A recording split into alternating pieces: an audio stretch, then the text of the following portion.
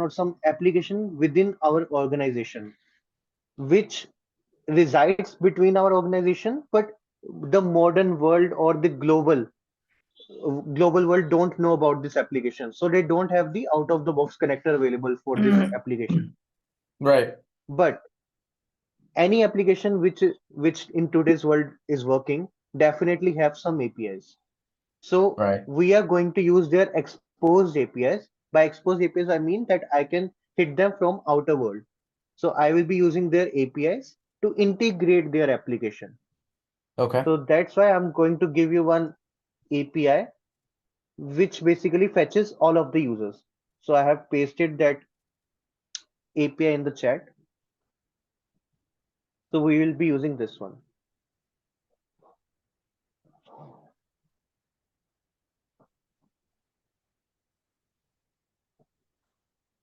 So meanwhile, you can complete the information. Owner will be SP admin, Oh,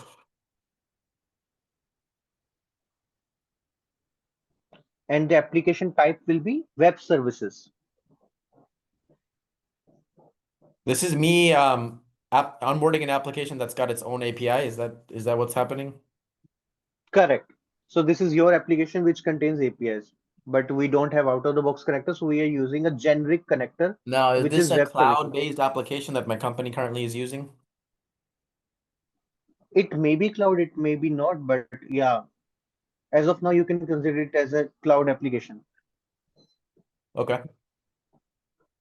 because either way, we're going to hit overnet. Now, consider this as an authoritative application. That will be fine And that means because we that are going to basically fetch the like users. anything that we find that's coming from this application, we will consider that to be a source of truth, right? Correct, correct. Great. Okay. Now we need to configure this thing. Save or I think save will not happen until you configure it. okay. So in the base URL, you need to provide the URL that I have pasted in the chat. Okay. till.com/users is we will put it somewhere else. Okay. Okay. Now, as of now, we are not doing any authentication, so no custom authentication for now. You can check this one. Request enable client. So none of this is required. We need to add the operation.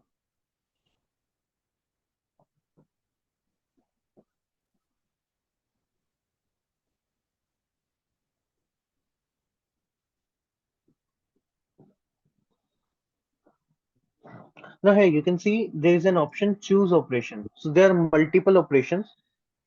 First check. So all of these operations will be having their own APIs. Like group aggregation will be having their own API. Enable account will be have enable API. Change password for change password API. But as of now, we are going to do the account aggregation because the API that we are using is fetch users. So it will give us Mm-hmm. all of the users. So that's why we'll be using account aggregation. It will fetch all of the users and create the identities with respect to those users. Okay. So you can choose this one, account aggregation. But I'm telling you that in future, all of the APIs that we require, accordingly, we will select the operation. Now Okay. you can select account aggregation. Okay, hold up.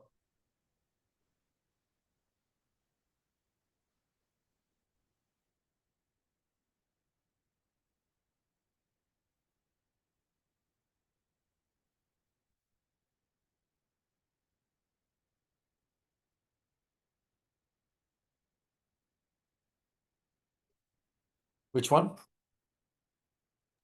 Account aggregation, first one. Okay. You can name it anything or either name it as account aggregation only.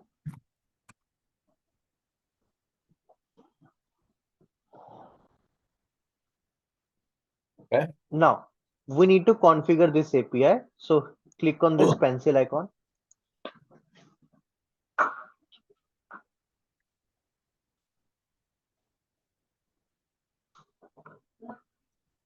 No. So now, as you can see, this is a configuration page where you have to provide all of the required things. First, there is context URL. You remember I have provided till base URL, still slash users we have to put. So in the context URL, you will be using slash users. Mm-hmm. That is the API that we are going to hit. So provide slash users here.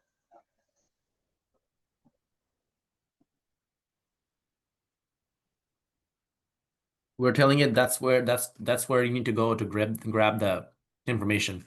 There's a get request. Correct. So why that is so? Save this. Let me tell you in brief about this.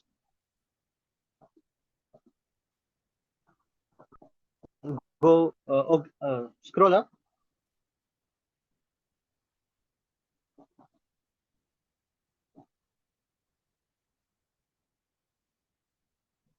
Try this. This is our information was upwards. Or maybe you can click on schema and then come back in settings. Click on schema and then come back to settings. And just to refresh it. Now settings back.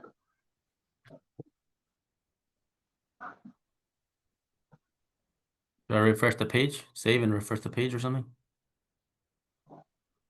Oh shit. It got saved, right? Okay. Okay, that's fine.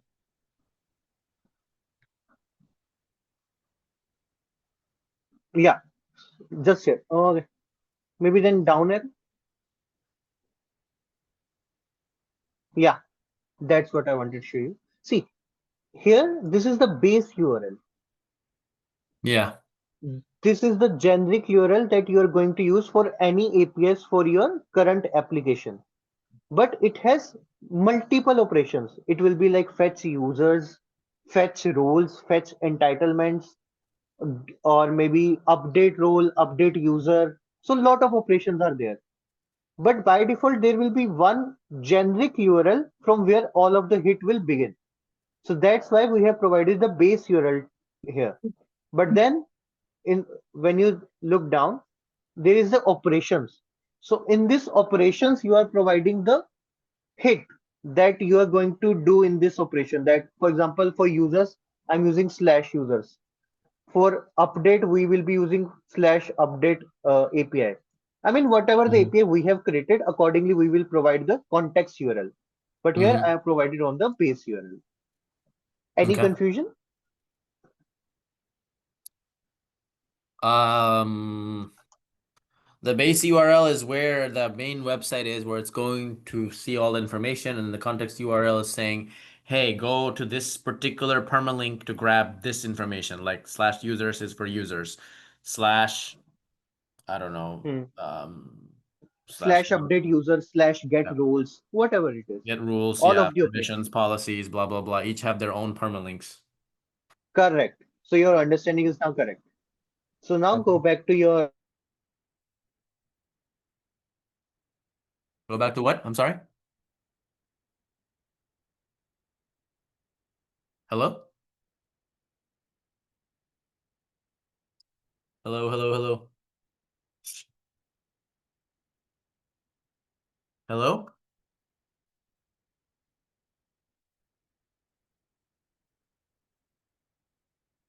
I can't hear you, by the way.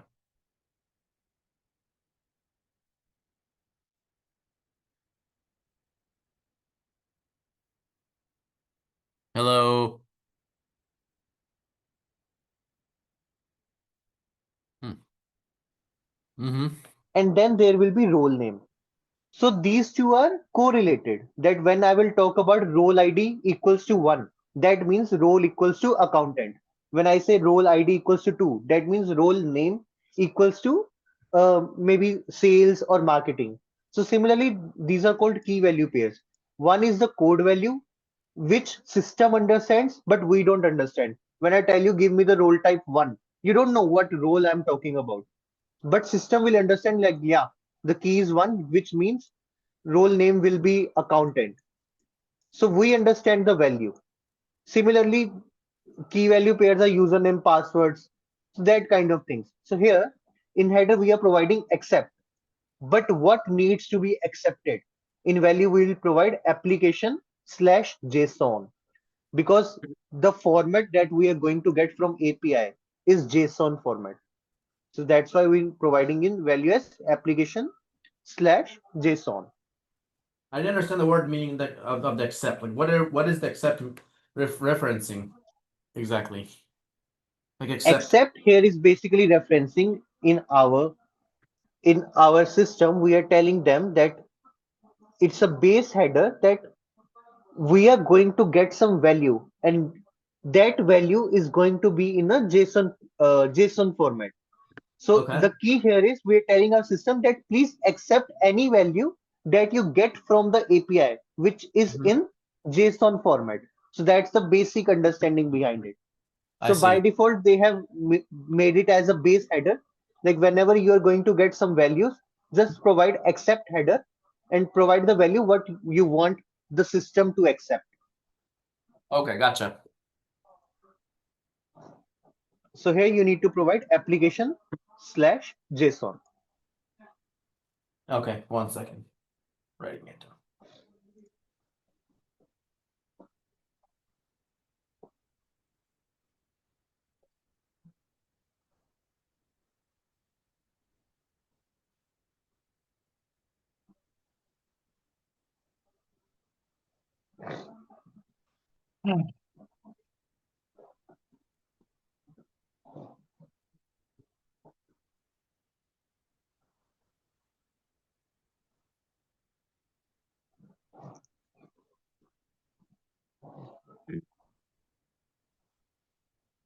Okay. Slash JSON. Yeah, that is good. Now we need to select our response. So click on response.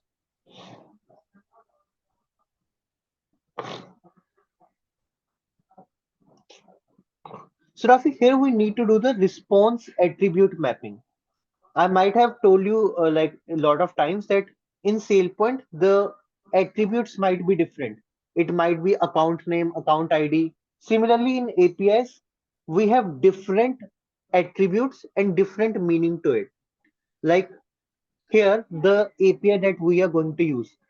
Here, ID is not called directly ID. It is called account.id.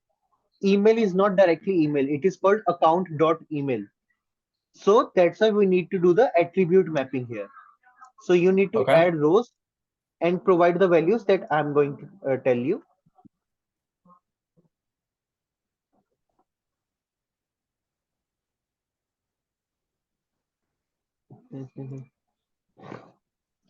I'm providing you some values in the chat, Okay. Zoom chat.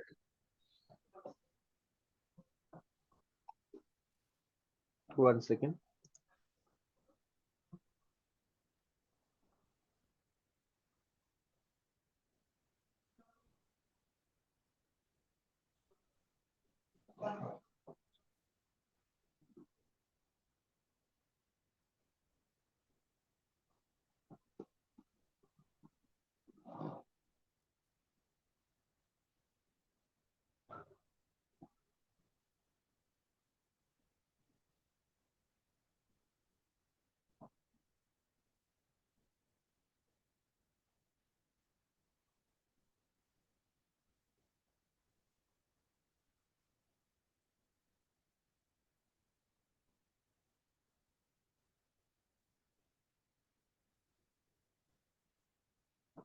Yeah, I have pasted some attributes in the Zoom chat. You can copy from there.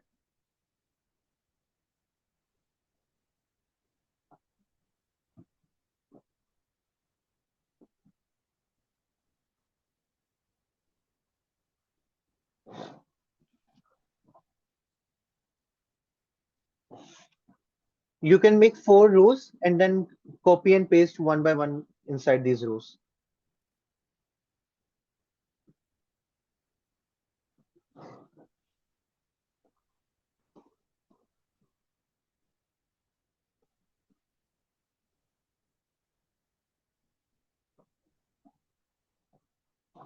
Yeah.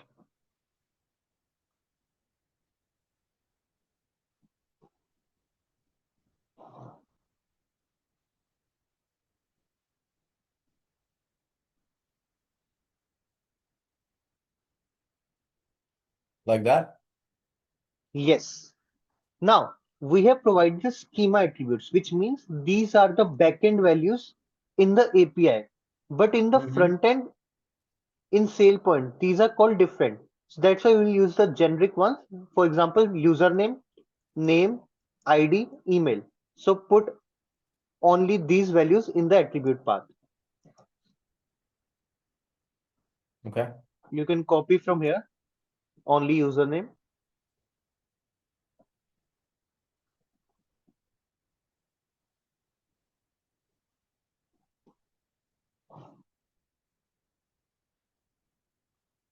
Wait.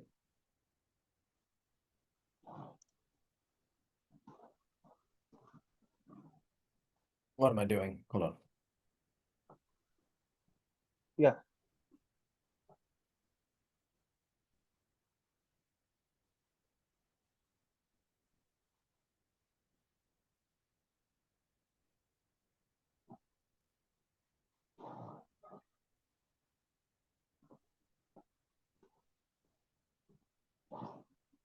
This one stays the same? No, just keep ID and eyes in small as well, small letters. And here's just email. To move ahead, I just want you to see the API as well. So in new browser, just hit the link that we are using. Hit what? Oh yeah, see, we are fetching these values. Name equals to uh, Lian, username Brett, email. So these kind of values we are fetching as of now. Yeah. ID. So go back to your SailPoint browser.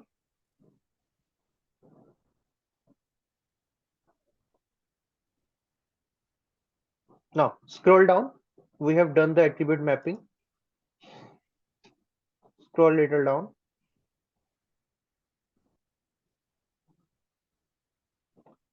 Now here, successful response code.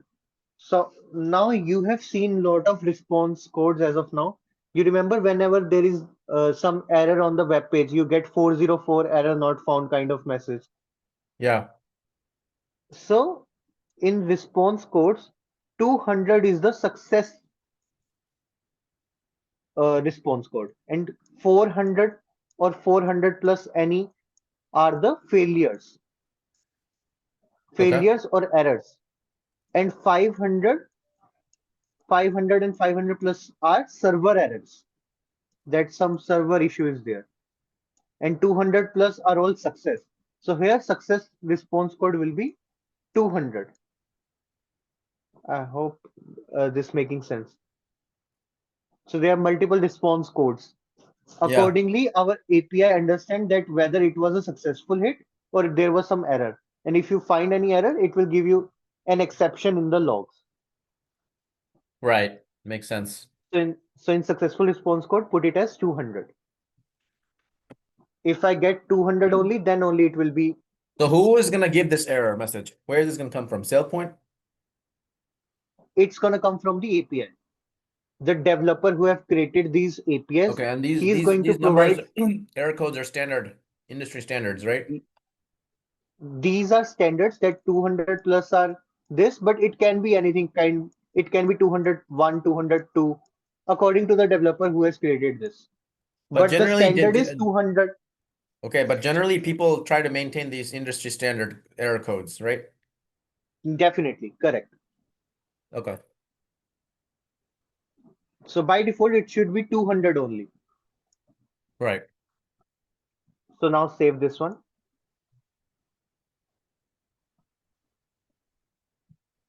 Now, whenever we are going to use web services operations, we are always going to provide two operations. One that we are going to perform, and second operation is the test operation, because we need to test if either our configuration is working or not before we are actually going to do the onboarding. Mhm. So just a little workaround, you have to add another operation and do all of the configuration in that as well. So click on add operation.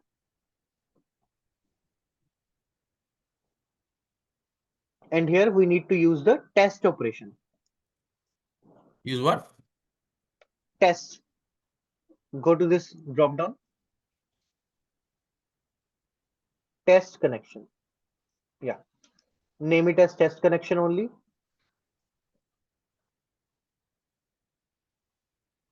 So to test these APIs and stuff, like in Okta, sometimes we use different types of things like Hmm. Postman, SailPoint. Yeah, You would use that?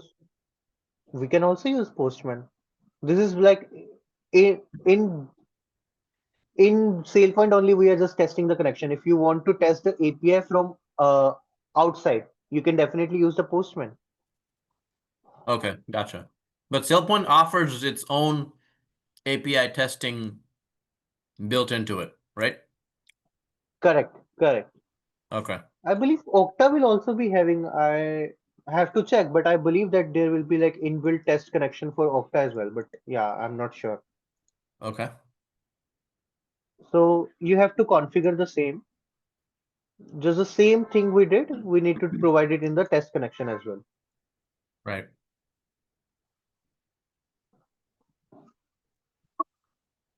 Yeah.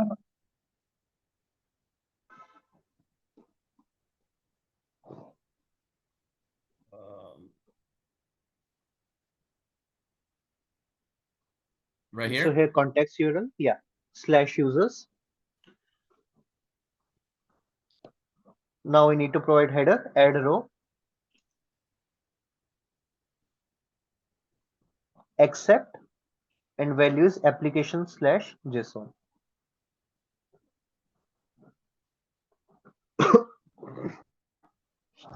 Why are we doing it twice again? Slash JSON. We are doing this twice because this is another operation. This is not the same operation. This is for the testing purpose. Okay.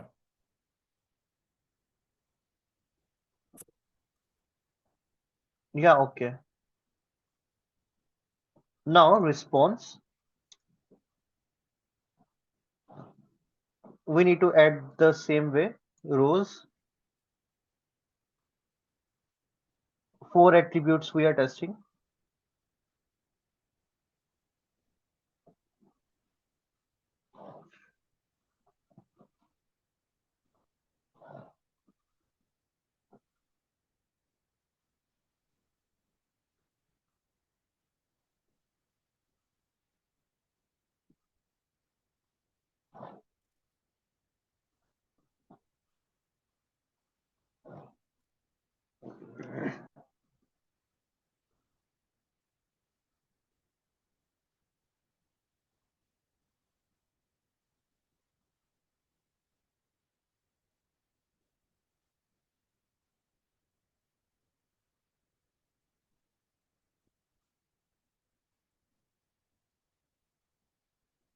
Okay. Yeah. Now just the response code and we're good. 200. Hold on. Sure.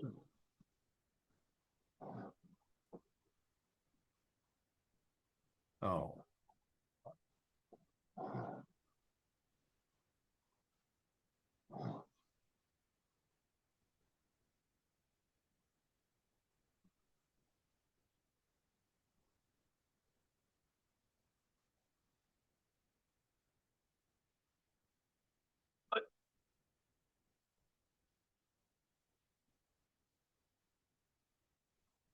Ah.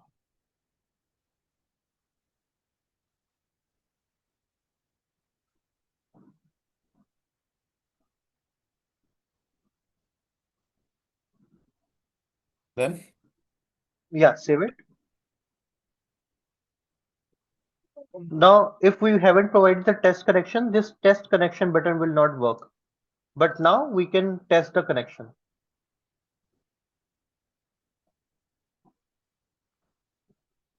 Okay. Didn't work? Yeah, we are getting the values. So that is fine.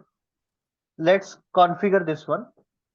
All we need to do is go to schema,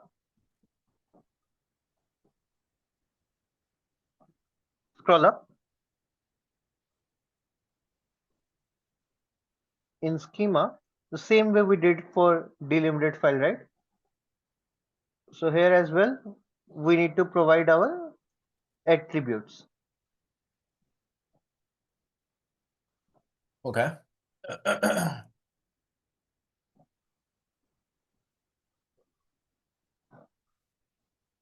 Just copy paste the same way we have provided.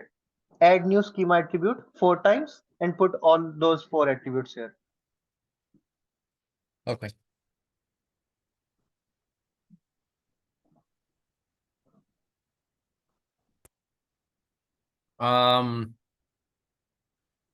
Here, right here, right? Yeah. It came up. When you click, it takes you down.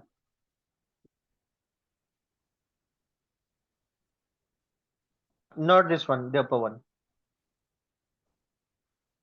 Yeah, This, just put it one right more. here. Yeah, just put one, add more. Manual. Yeah, paste those values. Similar way.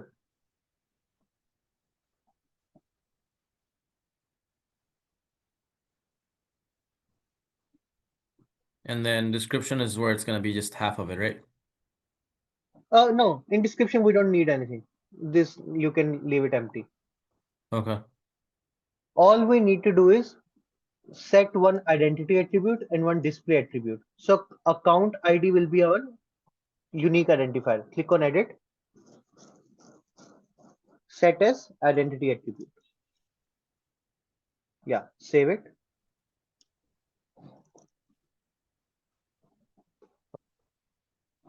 Save this one. And maybe display attribute is username. So edit,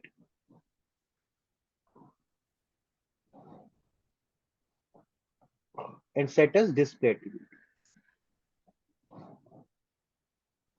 Save it. Now,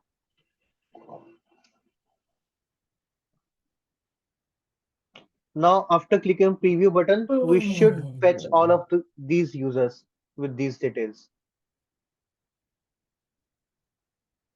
See, now this means our configuration was correct. We have integrated our API with SailPoint perfectly, and all of the required fields are fetching the details accordingly. So Okay. that means we are good. We can save this application and directly run our task. Now, after running our account aggregation task, these users which were not previously there in our identity warehouse, these will be created with the required fields. So yeah, we can run that task and see these identities, and I believe that that will be sufficient for today. Which one? Say that one more time. So application configuration is done. We have Right. integrated our application. Right. Now these identities we need to create in SailPoint. Oh, okay, gotcha. And to create, we have to run our task. The Okay, task name is account aggregation. got it. We're not gonna manually make these people. We're just gonna simply run that task so that it will go and make that API call to the users and see all these people and then basically import these people into SailPoint from that Correct. application. And that was our main motive because we don't wanted to do this manually. Now we have integrated API. So now we will do this automated way. So And now you these can, people are coming from what is the application that we're actually doing? It's just a hypothetical this is a application. hypothetical HRMS application. So This basically right here, we are right? considering, yes, These are the users we're in that considering, application. correct, that this API belongs to HRMS application in our organization, and it is not a workday or like modern day application. It is an application that our organization has created for our internal purpose. Okay. So that's why we are using the API, the exposed API from that application. Otherwise, we would have used one of the SailPoint connectors or something. Correct, correct. Okay. So now the last thing to do is just run the account aggregation task. Okay. So you can save your application. Yeah, close this one and save it.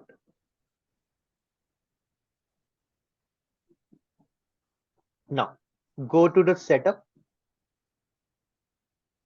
task, create a new task, the account aggregation one. Now name it like REST API account aggregation or something.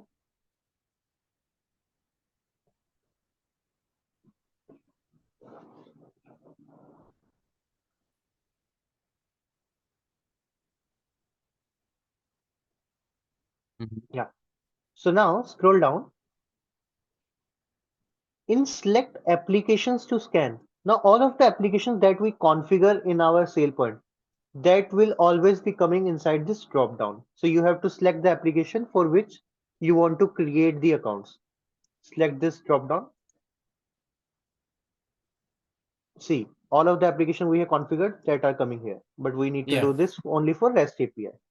Mm-hmm. But we can do multiple applications as well if required. We can run this process for multiple applications at the same time, you're saying, right? Yes, yes.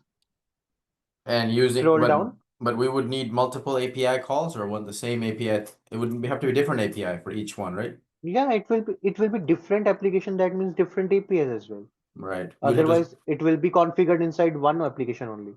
right, makes sense. Okay. Scroll down. We are not doing any operation other than create. So just in the very end, Variant? go to the very end, like scroll down Oh, at last.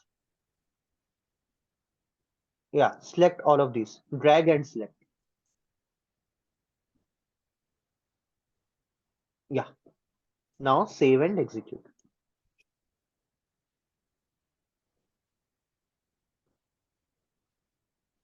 Go to task results. You can see REST API's success. First one. mm. Double click on it.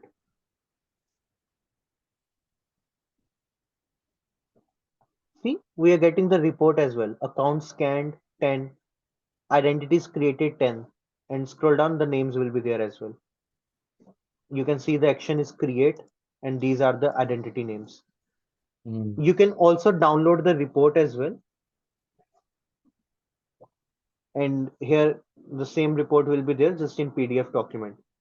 So now we are confirmed that the identities are created. All you need to do is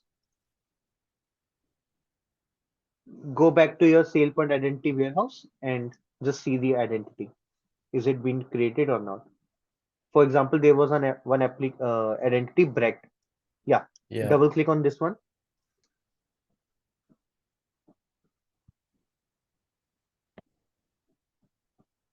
Still, this mapping still need to do, but we can do it later. It's not the mandatory part. You remember Like the we rest have of his already information isn't coming over because we haven't mapped the rest of it yet. correct that we need to do it in the global and then source mapping. But But as this of now, Brett, just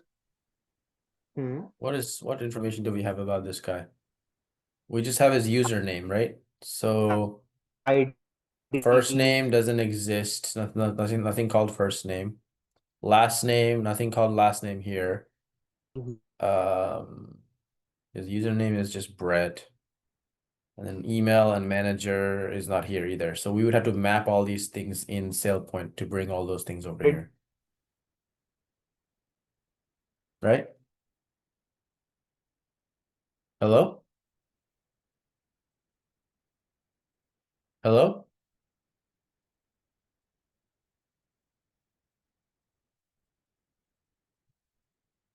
Hello?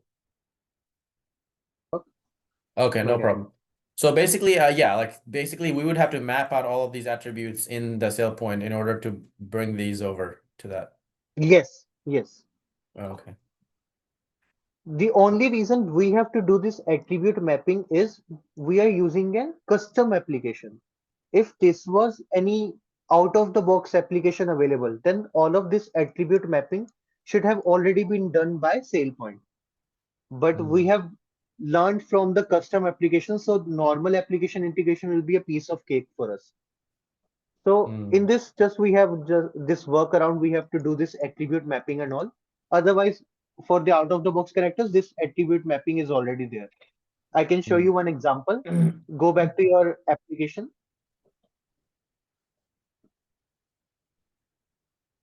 in SailPoint. Sorry, a lot of, yeah. In application definition, add new application,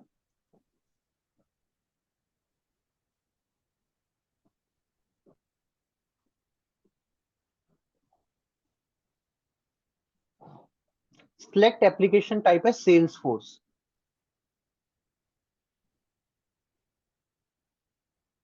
Where does this? This application type. Yeah. Select Salesforce. I just want to show you something.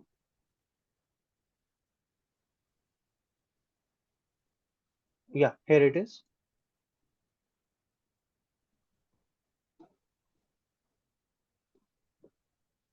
Strange. It's taking capital letters first, then small letters. Oh, okay, I see. Okay.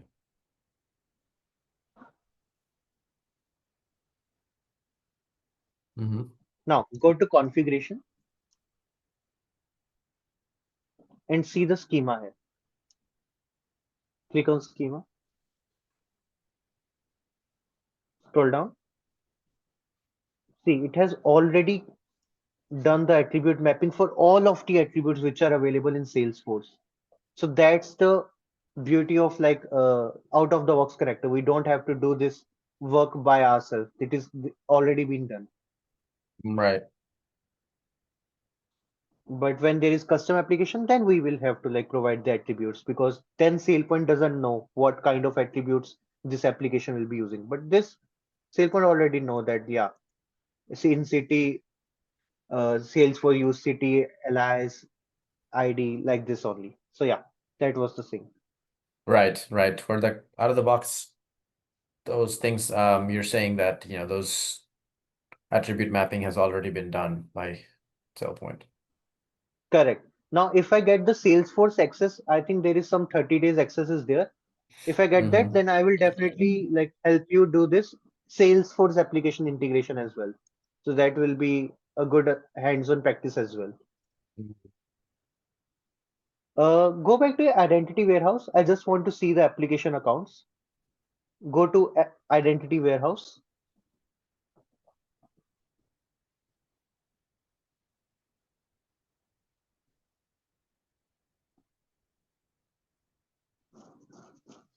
Here, open that identity. For example, Brett.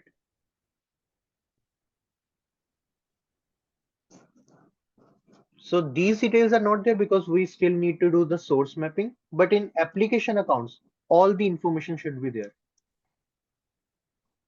So it is having access to the REST API application. If you click on this drop down, you see the details are here. It is just not synced with the attributes. Where's So the rest that of we it? have to do. We have only configured these 4 attributes, right? We have to provide other attributes as well. Then those will also show up here. Oh, okay, okay. Gotcha. So I leave that to you if you want to continue or if you want to take a break, so we can continue in next session as well. Yeah, let's continue next session. As much as I want to keep going, bro, I'm getting so sleepy and I have Yeah, I to can understand it is already too late for you, but yeah, a good update from me. Like yeah. I'm available most of the times now because I will doing work from home in Let's this set a whole month. target to meet every single day, minimum 1 hour. I'll try to meet with you at least 5 to 6 days a week so we can catch up and try to get this thing done before end of the year. Yeah, if that happens, then we will definitely like achieve our target for completing certification by December. For Okay. sure. So you can Excellent. ping me anytime. If I will be available, I will directly connect with you because I will be either way doing work from home. Okay, cool, man. Thank you so much. Okay. All Take right, take care, rest. Kanish. Good night. Bye. Yeah. Bye bye.